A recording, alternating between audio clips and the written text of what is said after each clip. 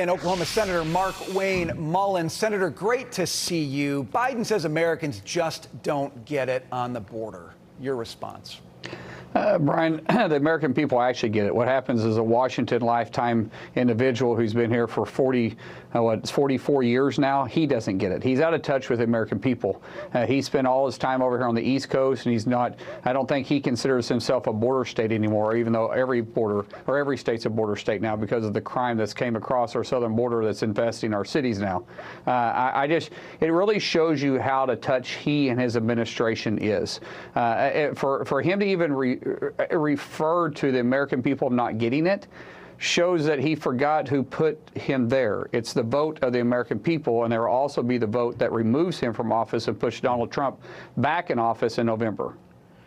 Senator, it's nice to see the likes of Pramila Jayapal and all of these left-wing liberals finally wearing the evil on the outside and perfectly representing and capturing the awfulness that they have rained down on the American people. Murder, rape, thievery, and mayhem because of the wide open border.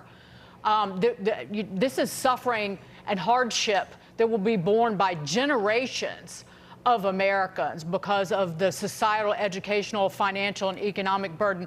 But I want to just get your reaction to what she said. The economics of immigration you cannot argue with. We have brought in so much money through immigration, and the surge in immigration has already brought in so much money, and we will continue to do so. That's what Jayapal said. That's their message, at least. You know, I learned a long time ago, Dagan, you can't argue with crazy, and I'll put her in that category because she saw out of touch with the American people, saw out of touch with the reality. This is costing the taxpayers billions, not millions, billions. That's why you have cities that are actually begging for Congress to step in and send more taxpayer dollars. And by the way, these are sanctuary cities that welcome the individuals, and now they understand that they can't afford the individuals. You see over 9 million people. Now, Dagan, keep in mind, 9 million people is over twice the population of Oklahoma. That's more than the population of North Dakota, South Dakota, Montana, Wyoming, and Alaska combined. And these individuals, they're not contributing at this point to our tax base. These are individuals that are literally taking the money that taxpayers have paid in because of the wrong policy that the Biden administration has put out and making the taxpayers float the bill. So for her to even say that, once again, takes me back to what I said at the beginning. You can't argue with crazy because she doesn't deal in facts. She deals in her own world. Senator, let's move to this. Biden company finally looking to take action on America's fentanyl crisis. Over 60,000 pounds of fentanyl seized and nearly 320,000 overdose deaths later.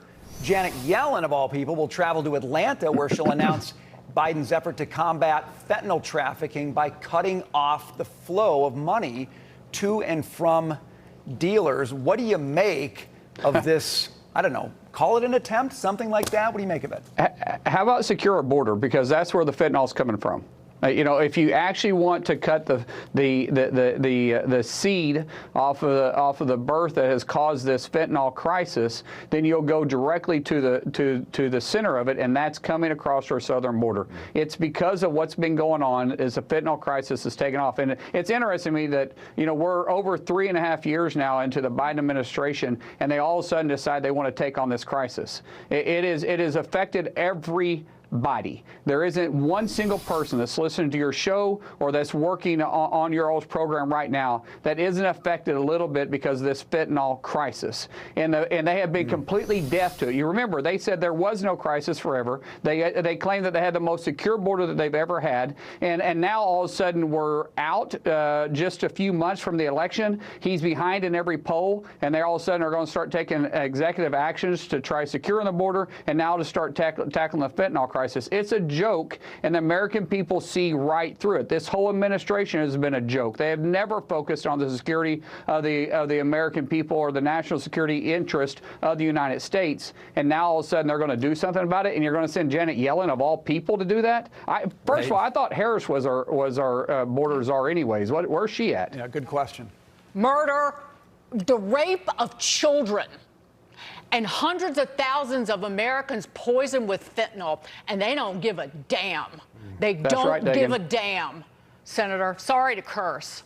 But no, you're showing the frustration that most Americans are feeling too. That's why why Biden's poll numbers are so low. We're fed up with it, and that's okay to be fed up with it. You know, I got in politics because I got fed up, and I think the American people are saying it's time we kick these individuals out that's put our country in this situation and take control of it again. And so it's a joke what they're trying to do, and you don't have to apologize for being real. You're expressing the same anger that all of us have. Senator Mark Wade Mullin, thank you so much.